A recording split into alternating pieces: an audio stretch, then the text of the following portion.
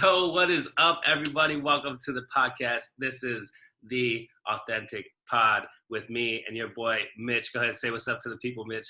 What up, Betty? We back, quarantining and chilling with the boys, Mitch Crowley, aka Big Mitch. But our special guest is my boy, Steven Camerlengo. Steve, we met back in the Bahamas on our senior trip, kept in touch, loved the podcast, kept hitting me up about joining it. So, Steve, go ahead and introduce yourself. Glad to have you here today.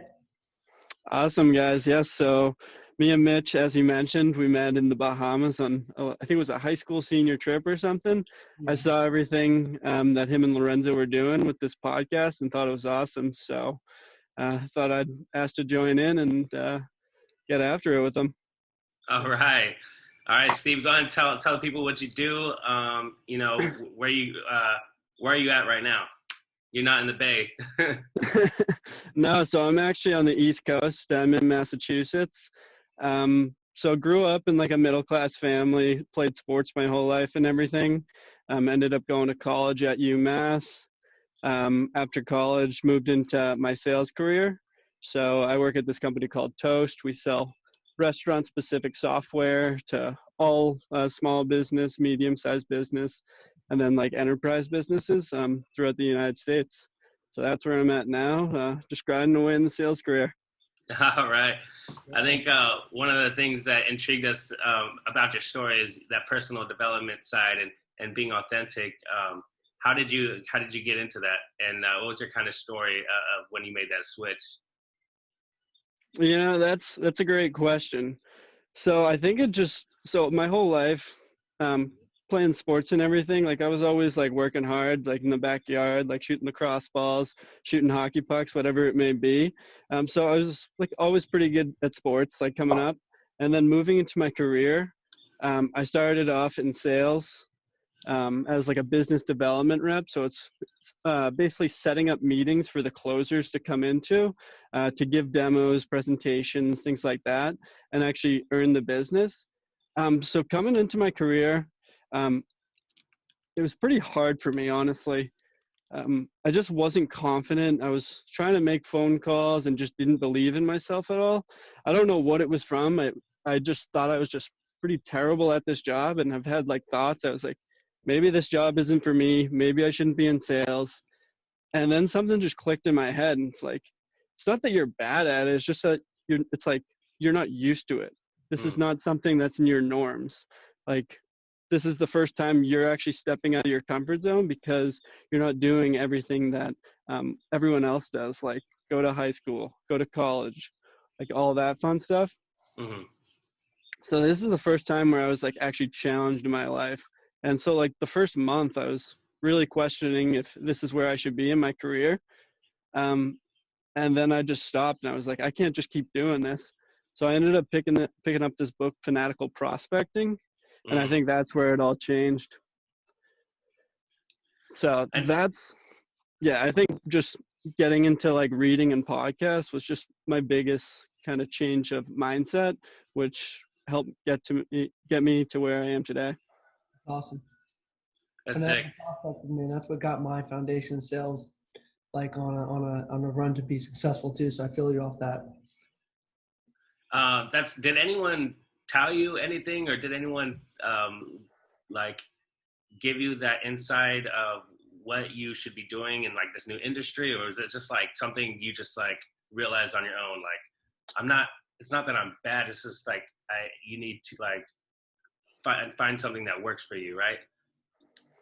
Yeah, so I think it was just my own self-awareness. It just clicked in my head. I was just like, I need to do something about this if I want this to be my job or my career. So yeah, I just ended up doing a little research online, trying to find some podcasts, and stumbled on Jeb Blunt, Fanatical Prospecting. So, dude, that's sick. Did you have anything that in particular, like a podcast or book or something that kind of changed your life and made you really think about becoming self-aware and being authentic to yourself? So yeah, I think it was just like a whole slew of like either podcasts or books.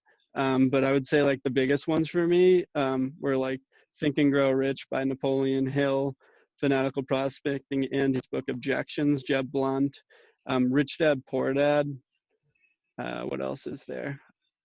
Never Split the Difference was another one. And then some of the podcasts I liked. We had Sales Gravy from Jeb Blunt. What's the other one? I forget the other one by Jeb, but it's another good one. And then we got The School of Greatness. That's like all about mindset and everything. It's by a guy named Lewis. He was a professional athlete, so it's really just about just getting that mindset right before you try doing something. Yeah, so, yeah, that's good, man. What would you say was like one of the best advice pieces you've ever received that helped you, move yourself forward in your career? Oh yeah, so that's a good one. So I think the biggest thing that someone told me was like it's okay like not to know like what the next step is or like what's going on if you have questions about something. I think that's when you learn the most is just getting out of your comfort zone, because if you're continuing to do the same thing, you're not going to be like afraid of anything, and you're not going to be learning anything because you're continually to do that same job every single day. So once you get to a point, it's like in jobs, once you get to a point where you're absolutely crushing it, you're going to get a promotion because you've hit all the tasks that you can do, and like the company needs you to like take on some other ones. Wow, that's good. I know, Mitch, have you received anything like that? Like, having to step out of your comfort zone and like really try to put yourself out there? Because that's not easy. definitely not. So the thing with me was I was a finance major, but I knew I wanted to go into sales. But what happened with me was I skipped the business development rep and went straight to an AE. So it was kind of terrible for the first 6 months because realistically, coming out of college with no sales experience, Steve did it right, and my other friends did it right. You sit there and you're basically, building that foundation on learning how to set your day, be organized, be efficient, making, 100 plus calls a day and setting those meetings. And then, once you get that foundation, then you move on to an AE. So it's kind of like, the correct path. But realistically, I wanted to challenge myself. I wanted to go out there and generate my own business, build my own relationships, and start my territory up from scratch. And, same concept with him. I was falling on my face, failing day in, day out. And I got to the point was like, what, I need some structure. I need some, motivation, some resources to really, truly allow me to be the best I can. And that's when I did fanatical prospecting as well, which got my sales foundation on activities, calling, and drops in order. And then on the motivational side, of the first 20 minutes of my day, Les Brown says that the first 20 minutes is where your brain's at the highest capacity of functioning. So I always start out with a podcast on my way to work, which kind of feeds my mind to mentally prepare yourself for the rest of the day. So that first 20 minutes, take advantage of it, feed yourself with motivation and podcasts, and it really fuels yourself to be successful, and it sets that mindset for the rest of the day. But once I had a structure and I knew who I was calling, I knew who I was going to be dropping by, I knew what meetings I had. It allowed me to be less stressful and perform in a much more efficient way as possible. So that's what I kind of got out of it as well. Yeah, that's good. Steve, is there any like routine or habits like you put forth that made you successful later on? Yeah, so I honestly think, well, you guys probably think the same, but it's pretty similar. Like you just got to figure out what's going to work specifically for your interests and like your job, and then just like things that you can do to get away from that, like revive and recharge the batteries. So I think exactly setting that routine, having that formula. I would say mine is basically I wake up every morning. I like to get active. I like to get my heart going. So I either do like an ab workout or I go for a run. And then I did pick up some rollerblades too, with COVID going on and everything. Yeah. So I've been rollerblading around, just getting probably like a mile in before I even start my day. Make breakfast, shower, and then I prepare like what calls I'm going to make for the day. Go through that, lunch. I'll go for a walk at lunch. So it gives me that like to split up the day. So I do that. And then obviously make calls, set meetings for the rest of the day. And then I'm basically finishing up for the day and getting ready for dinner, maybe hit a gym session later on just to close it up, and then watch a TV show or two. And then I usually do either some reading or a podcast before bed to finish off the day and into the night to get me ready to go for the next day. Yeah, I think we talked about this earlier. Our last podcast, we talked about journaling and how you thought it was important to us. It was funny because we were talking with Steve, and he was kind of journaling or setting goals down, and he didn't even know what he was doing. He didn't. He was so go ahead, tell him a little bit about what we were talking about. Yeah, we had no idea. Yeah, one thing I wanted to say is, Steve, you guys agree with this? Like when you get so into routine, and there's a couple of days where you don't do it, you kind of get guilty about it. And you beat yourself up about it because you treat it like a religion too. Don't you agree with that as well? It's like if I forget to do one of my rituals, I kind of go, damn, I kind of beat myself up and get back on track too. Yeah, I totally agree with that. And Lorenzo, I think you just hit me with a question. I think I didn't even get to answer that. Oh, no, you're good. You said you were writing, we were talking about this earlier, and you wrote some goals down. And like we were talking, me and Mitch was like, hey, you were journaling. You didn't even know that you were journaling because So is that something part of your routine that you do, is write some goals down for the year? Do you write your goals down for the day, or how does that look like? Yeah, so I'll tell you guys a little bit about what I was doing journaling when I didn't even know I was doing it. And I'll tell you what I'm doing now that I know that I was basically journaling. So beforehand, when I had absolutely no idea I was doing this, I was writing down a list of prospects that I wanted to set meetings for, or add them to my portfolio of business. So I would write all those down, and then like months later, I'd be checking them off and didn't even realize I was doing it. And I would also have like little quotes written, like that I just believe in, right in front of my desk. So every single day, like if I get off a cold call, it doesn't go the best, I just read it just to kind of put my mindset back into the game. So one of those quotes is what is it? Persistence is the fuel of winners, is the goal and tenacity that keeps you going in spite of self-doubt, failure, and setbacks. So that was just something I would read every single day, and it just started to move into my mindset.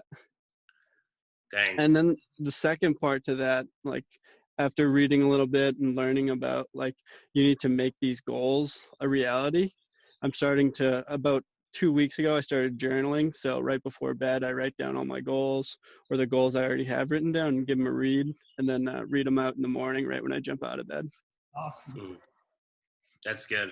That's sick, man. I know sales involves a lot of putting yourself out there and like getting hit with rejection. And we talked about this a little bit the other day. And then that quote it talked a little bit about setbacks and stuff like that. So how do you deal with that? How do you deal? And I know Mitch can speak to this too. Like, how do you deal with the rejection, or that if you get a setback, how do you move forward from that? For me, so one thing I do too is every single call I make a tally so I can just see my activity like written out for the day. But for the rejection, it's just reading something that's going to change my mindset to something positive. So that'll just push me on to the next call kind of deal. Yeah. I mean, I can speak to it too. When you first start out in sales, you don't realize that rejection's a part of the job, right? But the more calls you get, the more experience you get, you understand that it comes with the job. So my whole thing is, when I first started out, I would make a T-chart of every single objection that I've heard. So I've got a list of like 8 to 10 that are specific to my industry. So I came to the point where I knew there's about 10 solid ones. And at the end of the day, of every new rejection, I would make an answer, rebuttal to it. So it got to the point where I was efficient enough to be able to handle rejection and have enough, leeway to come back with an answer to that. But like you said, I mean, when you get off that call, I mean, it can ruin your day, and you can let it ruin your day. But if you just understand that it's a part of the process, you need to trust it. And every call, whether it's failed or good, you're going to get better. So you just got to put that mindset as well. Yeah.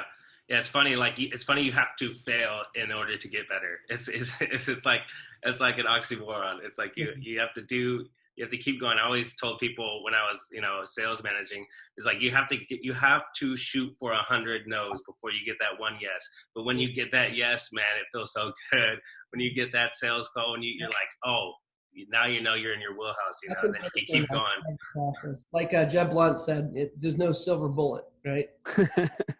Exactly. Like, oh yeah, it's just it's a process. You gotta trust it. And That's it's so like good. Oh, go ahead. Sorry. I was just gonna add in there, like sometimes it's not even like a real no, it's just like a brush off response. So like when you go into a store and you're looking for a new pair of jeans and someone comes up to you and they're like, hey, do you need help finding something? You're like, nope, I'm good. Yeah. But they didn't even take time to process it. So really all about that persistence, trying to set that meeting. Yeah, I mean, because realistically, I don't know if you can talk about this, Steve, but I mean, I've gotten my biggest deals on larger scale sales, probably 12 touches at least. And At least, yeah. They might be going some stuff in their personal life, or it's just not in their buying window. If you continue to follow up, stuff will happen. Yeah, and people respect the persistence. I mean, they might find it annoying at some point, but then on that 13th or 15th call that you finally set the appointment, they're like, wow, like you've been working. That guy, Steve, it's called me 20 times. I need his product. I'll reach out to him. I'll at least have a 15-minute conversation with him. He's been working his balls off, so. Yeah, you're top of mind. Right? Yeah, that's what I was gonna say. Top of mind. Living in such a fast environment, especially the Silicon Valley, or even out there for you, you got to stay persistent on following up, and that's key. I'd agree. Dude, that's awesome. All right, so let's say, Steve, I'm a young college student right out of college. I'm hyped up. I'm ready to go. I'm not sure yet what sales is. What is a good piece of advice you would give to me, or someone like that, might be listening? Yeah, I would say the biggest thing is just convince yourself that you can do it before you let those negative thoughts get into your head. Have the confidence to do it. Step out of your comfort zone. I think we chatted about it a little bit too. Like sales is just like a numbers game. If you put in the activity, like the meetings will come and you're going to get better. Another quote, I guess I can get a little wordy with these quotes sometimes, but it's, everyone loves the game of golf. So Arnold Palmer, I forget his quote. It's the more I practice, the luckier I get. So it's like, the more you do something, you're going to get good at it. Like, yeah, that's awesome. I love that quote. The more you practice. I love how you said, I have to convince myself into doing it, because a lot of the times it is. And it's not even just with sales. It's with like everything in your life. Like I have to convince myself to work out. I have to convince myself to eat healthier. I have to convince myself, to journal, to write things down. And I think that goes in every area of your life. So one perspective is like, is this going to make me better? Right? Is this going to allow me to grow? Is one thing I look at is kind of the bottom line. Exactly. Yeah. And whatever you put into your head, like those thoughts are going to travel. Like if you tell yourself you're starving, you're going to want to eat the snack cabinet. The worse it gets too. That's a whole podcast, procrastination. Oh man, definitely. I could talk about days for procrastination. Oh yeah. That's awesome. Is there anything else you want to add before we head off here? I don't know. Where can people find you? I feel like I've let out a lot, but no, I just feel like it's just all about changing that mindset. Before you let those negative thoughts get into your head, you just got to tell yourself you can do it, and then you can accomplish anything, honestly. I mean, it sounds kind of cliche, but that's what I'm finding out. Whatever you put in your head, it's going to show up. Me and Lorenzo came across and realized that we listen to these people, and like simplicity is success, right? The more simple, the easier, the better off you are. Exactly. Yeah. One thing I wanted to touch on is that we talk about morning routine. Steve, you said it before we got on this call, is you start your day out right, having a self-reflection of your day and understanding that you live in the present and that you're going to have a good day and that everything will work out for the best too. So that first hour of the day is huge to kind of get your mindset.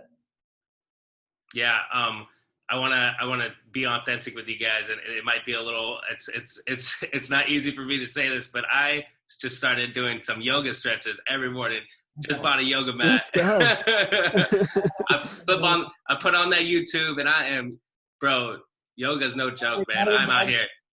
I'm out here sweating in the first hour of the morning, just like it's all like core workouts, and it's like, man, it's so good though. Like, and then it gets you in that mindset, like gets your heart beating, like you said, and then you get to, start your day, make some coffee, and then you got you start reflecting on your day and everything going on. So I think it's pretty good. That's awesome. That's awesome. Your own way, so whatever it is. Whatever works for you, right? Find something that works for you. That's the message of the day from Steve. Where can all these ladies slide through DMs? Oh yeah, they can get me on LinkedIn, Steven Camerlengo, or they can go on the Insta DM. So it's just Steve Camerlengo. Pretty easy. Once you can spell that last name, you're good to go. Yeah, Camerlengo. It's a tough one. But yeah, I mean, follow us also Authentic Pod on Facebook and on IG, and also we'll be posting to our LinkedIn as well. It was good chatting with you, Steve. Hopefully we can get you back on again, and we can talk about procrastination or some other things you might want to talk about. Yeah, thanks for having me, guys. That was awesome. All right, guys. Peace out. Bye.